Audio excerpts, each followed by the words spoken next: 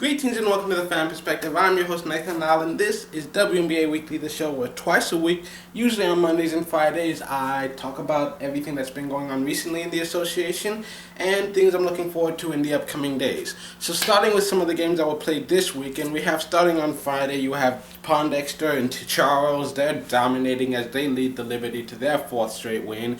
Then you have Angel McCoughtry. She started off the game hot. She went for 32 points.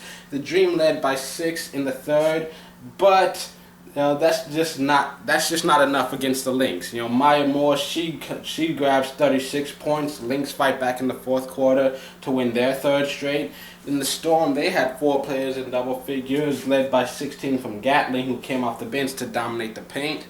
But the Sky had all 5 starters in double figures, led by Delle Donne and Vandersloot, who each had 21, as they are able to grab a hold of a win.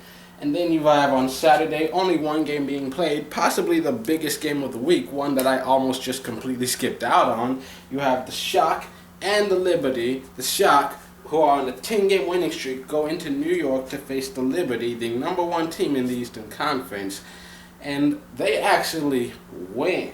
And I'm not shocked by how many points the Shock score, because yes, the Liberty are a good defensive team, but the Shock have always had a strong offense. They have a lot of weapons who can put a lot of points on the board. But defensively, the fact that the Liberty weren't able to put up points against the Shock, that was the bigger shock.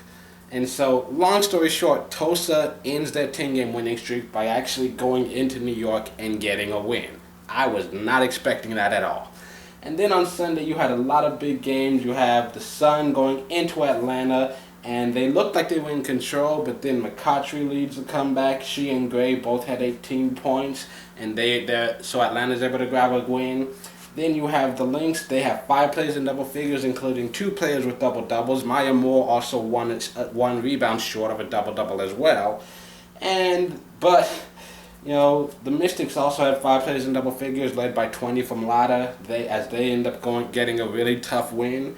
And then you have the Sky. They had a horrible shooting day, and Candace Parker, she had 21 points and a career-high 10 assists. Between the points she scored and the points scored off her assists, she had more than half the offense for the team. And so the Sparks end up getting the win, and it's a very important win since you've got the Stars and Storm still breathing down your neck. You're still in the fight for third place with Tulsa. And I think you can say it was good defense by the Sparks, making it difficult. But at the end of the game, the Sky were just missing a lot of shots. I mean, they're tough shots, but they're shots that they've made before, that I've seen them make. So I think it was just an off-shooting game. And then you have the Mercury. They were having trouble putting points on the board as well, and they were 0-13 from the 3-point range. And just the Fever, they go in, they dominate the game. They grab their third straight win, moving up to second place in the East once again. And then you have the Stars and the Storm. Both teams come out hot, looking for wins. Both teams have their runs. Stars at one point led by like 20, but Storm came fighting back. They tie it at halftime, but then third quarter, the Storm breaks away, and the Stars, they tried to fight back in the fourth, but they just couldn't close the gap quite enough. So the Storm, they get a win, and now they're only half a game behind the Stars for that 5th place. Half a game, just half. And so that's everything that happened over the weekend. And now moving on to all the games being played this week.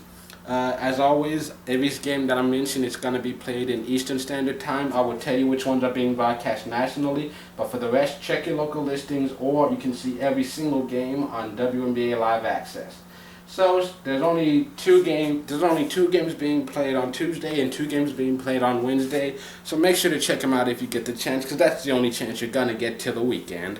So Tuesday, you've got Phoenix at Tulsa at 8 p.m. Eastern Standard Time.